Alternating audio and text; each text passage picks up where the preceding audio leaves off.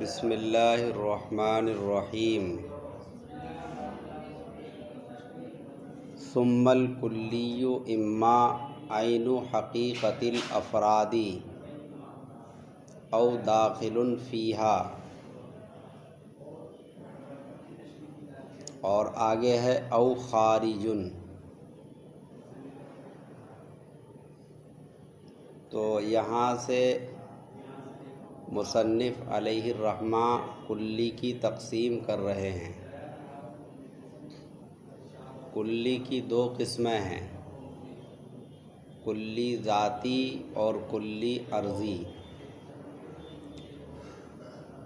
کلی ذاتی کہتے ہیں جو اپنے افراد کی حقیقت میں داخل ہو یا اس کا عین ہو، اور کلی عرضی کہتے ہیں جو اپنے افراد کی حقیقت سے خارج ہو۔ آئی بات سمجھ میں؟ تو پہلے ذاتی کو بیان کیا۔ کلی ذاتی کی تین قسمیں ہیں، جنس، نوع اور فصل۔ اور کلی عرضی کی دو قسمیں ہیں، خاصہ اور عرض عام۔ تو پہلے مصنف نے ذاتی کو بیان کیا اور اس کے بعد او خارجن سے کلی عرضی کو بیان کیا ہے۔ کلی ذاتی کے بارے میں کہہ رہے ہیں یا تو وہ اپنے افراد کی حقیقت کا عین ہوگی، جیسے انسان ایک کلی ہے اور انسان کے افراد ہیں زید، عمر، بکر وغیرہ۔ تو زید کی حقیقت کو دیکھو، زید کی حقیقت کیا ہے؟ حیوان ناطق۔ زید کی حقیقت کیا ہے؟ حیوان ناطق۔ یہ حیوان ناطق انسان کا عین ہے یا انسان میں داخل ہے؟ انسان کا عین ہے۔ جو انسان ہے وہی حیوان ناطق ہے۔ انسان اپنے افراد یعنی افراد میں سے زید اس کی حقیقت میں داخل نہیں ہے بلکہ اس کا عین ہے، یعنی بعین ہی وہی ہے۔ عین کا مطلب سمجھ رہے ہو؟ یعنی وہی بعین ہی وہاں پر موجود ہے۔ جیسے انسان ایک کلی ہے اور اس کے افراد ہیں زید، عمر، بکر۔ ان افراد میں سے کسی کی بھی ماہیت نکالو، ان کی ماہیت کیا نکلے گی؟ حیوان ناطق۔ یہ حیوان ناطق انسان کا عین ہے۔ انسان کا کیا ہے؟ یہ عین ہے۔ ایک قسم یہ ہو گئی۔ اس کے بعد آگے کہا او داخل فیہا، یا کلی اس میں داخل ہو یعنی افراد کی حقیقت میں داخل ہو، افراد کی حقیقت میں داخل ہو۔ تو اب اس کی دو حالتیں ہیں آگے، تمام المشترک بینہا و بین نوع آخر اولا۔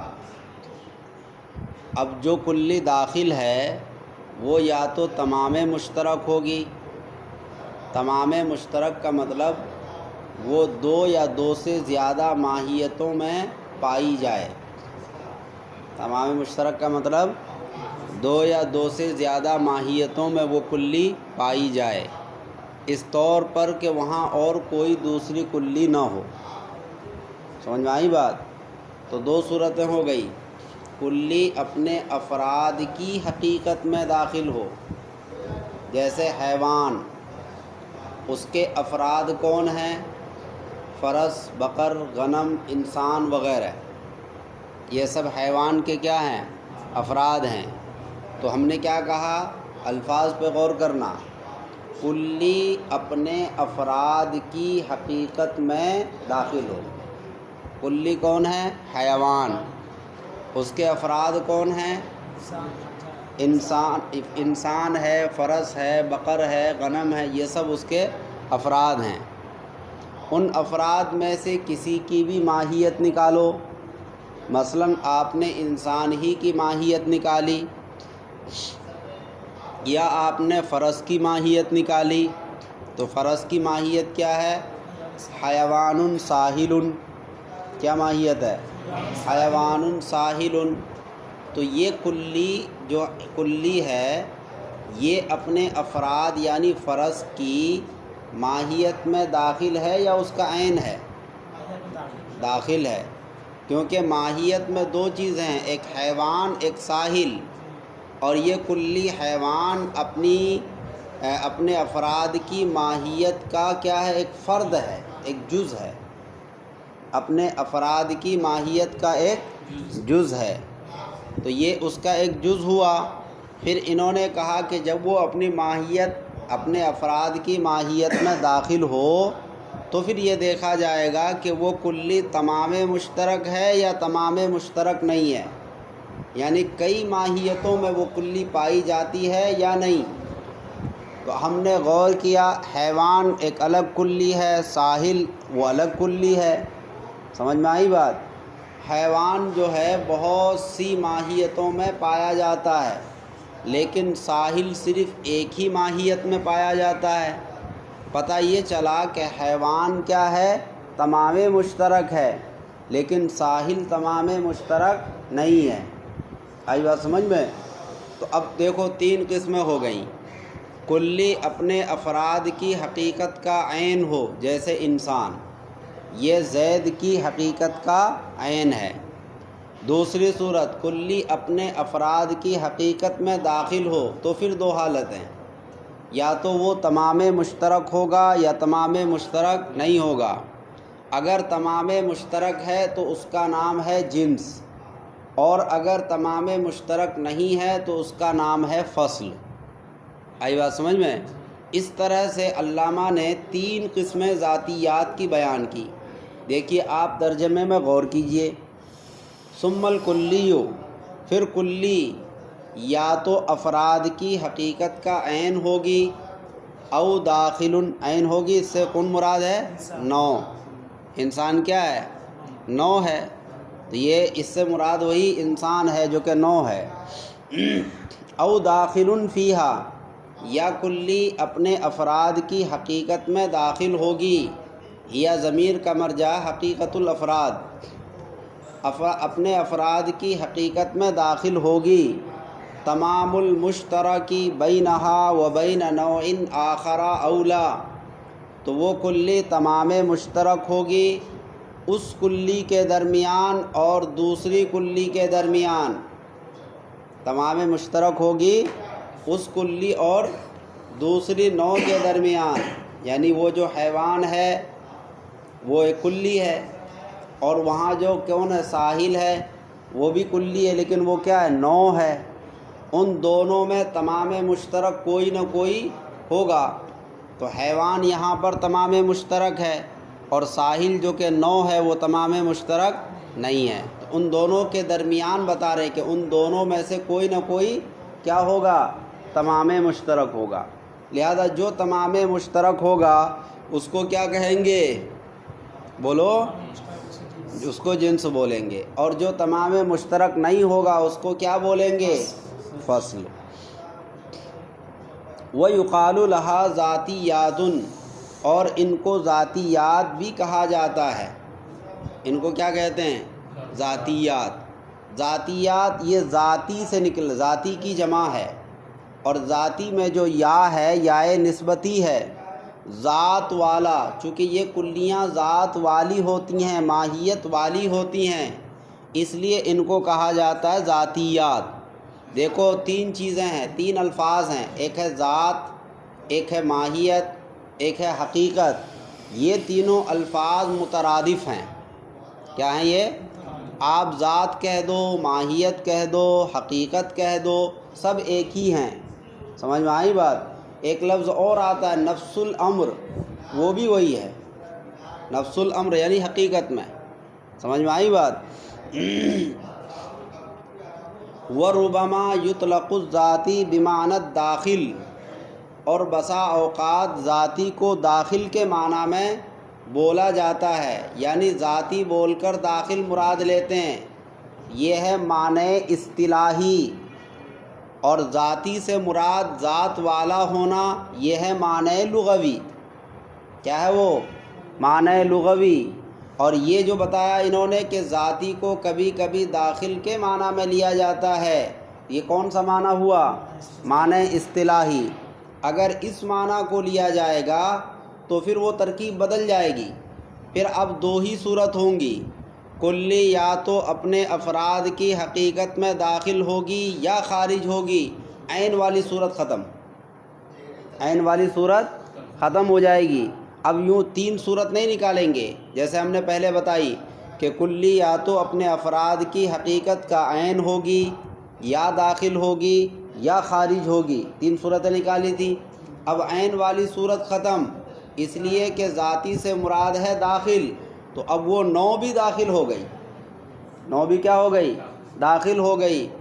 آپ یہ کہہ سکتے ہیں کہ صاحب ان تینوں کو ذاتیات کہتے ہیں، تو نو تو داخل نہیں ہے، نو داخل ہیں، بعض لوگوں کے قول کے حساب سے داخل ہے، لیکن مصنف نے جس حساب سے بیان کیا لگتا ان کے حساب سے داخل نہیں ہے۔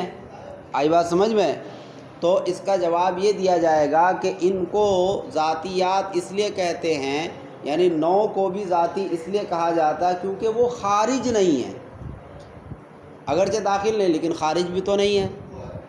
کیا کہیں گے؟ خارج بھی نہیں ہے۔ جب وہ خارج نہیں ہے تو اس لیے ہم نے اس کو شمار کر لیا کس میں؟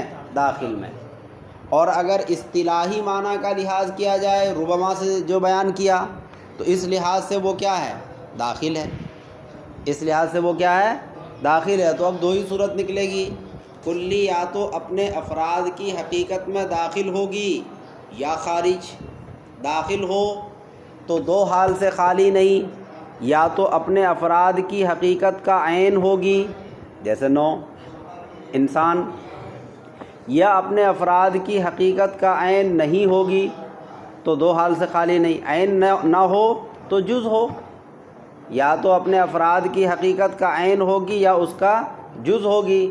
عین ہو تو وہ نو ہے، اور جز ہو تو پھر دو حال سے خالی نہیں، یا تو وہ کلی تمام مشترک ہوگی یا تمام مشترک نہیں ہوگی۔ اگر تمام مشترک ہے تو وہ جنس ہے، اور اگر تمام مشترک نہیں ہے تو وہ فصل ہے۔ اس طرح سے دلیل حصر بنے گی، سمجھ میں آ رہی ہے؟ کلی یا تو اپنے افراد کی حقیقت میں داخل ہوگی یا خارج ہوگی۔ داخل ہو تو پھر دو حال سے خالی نہیں، یا تو اپنے افراد کی حقیقت کا عین ہوگی، جیسے انسان کلی ہے اور اس کے افراد کی حقیقت یعنی زید کی حقیقت حیوان ناطق ہے، اس حیوان ناطق کا انسان کیا ہے؟ عین ہے۔ یا تو اپنے افراد کی حقیقت کا عین ہوگی یا جز ہوگی۔ عین ہو اس کی مثال آ گئی، جز ہو تو پھر دو حال سے خالی نہیں، یا تو تمام مشترک ہوگی یا تمام مشترک نہیں ہوگی، جیسے حیوان اس کے افراد ہیں فرس بقر غنم، ہم نے فرس کو لے لیا، اس کے افراد کی حقیقت کیا ہے؟ حیوان ساحل، حیوان اس کا فرد ہے، یہ حیوان کا فرد کون ہے؟ فرس، تو فرس کی حقیقت کیا ہے؟ حیوان ساحل۔ تو حیوان جو ہے اپنے فرد فرس کی حقیقت کا جز ہے، حیوان اپنے فرد فرس کی حقیقت کا کیا ہے؟ جز ہے۔ اب پھر دیکھا جائے گا کہ وہ جز تمام مشترک ہے یا تمام مشترک نہیں ہے۔ ہم نے غور کیا حیوان اور ساحل پر، تو پتہ چلا کہ حیوان تمام مشترک ہے، اس لیے کہ حیوان فرس میں بھی ہے، بقر میں بھی ہے، غنم میں بھی ہے، انسان میں بھی ہے۔ آئی بات سمجھ میں؟ لیکن ساحل تمام مشترک نہیں ہے، اس لیے کہ ساحل صرف فرس میں ہے، غنم میں نہیں، بقر میں نہیں، انسان میں نہیں، تو تمام مشترک کون ہوا؟ حیوان۔ آئی بات سمجھ میں؟ لہذا جو تمام مشترک ہو اس کو کیا کہیں گے؟ جنس، اور جو تمام مشترک نہ ہو جیسے ساحل اس کو کیا کہیں گے؟ فصل۔ یہ تین ذاتیات کی تین صورتیں، تین قسمیں نکل گئیں۔ اب آگے کہہ رہے ہیں او خارجن دوسری حالت یا کلی اپنے افراد کی حقیقت سے خارج ہوگی تو پھر اس کی بھی دو حالتیں ہیں، یا تو ایک ماہیت کے ساتھ خاص ہوگی یا چند ماہیتوں میں پائی جاتی ہوگی۔ ایک ماہیت کے ساتھ خاص ہو تو وہ خاصہ، چند ماہیتوں کے ساتھ وہ کلی پائی جائے تو عرض عام، چند ماہیتوں میں پائی جائے تو عرض عام۔ آئی بات سمجھ میں؟ جیسے ضحک انسان کے ساتھ خاص ہے، انسان کے علاوہ کسی اور میں نہیں پایا جاتا، اور مشی یہ انسان کے علاوہ دوسری جنسیات کے اندر بھی پایا جاتا ہے، تو یہ کیا ہوا؟ عرض عام ہوا۔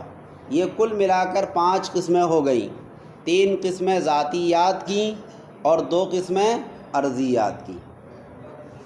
بس ترجمہ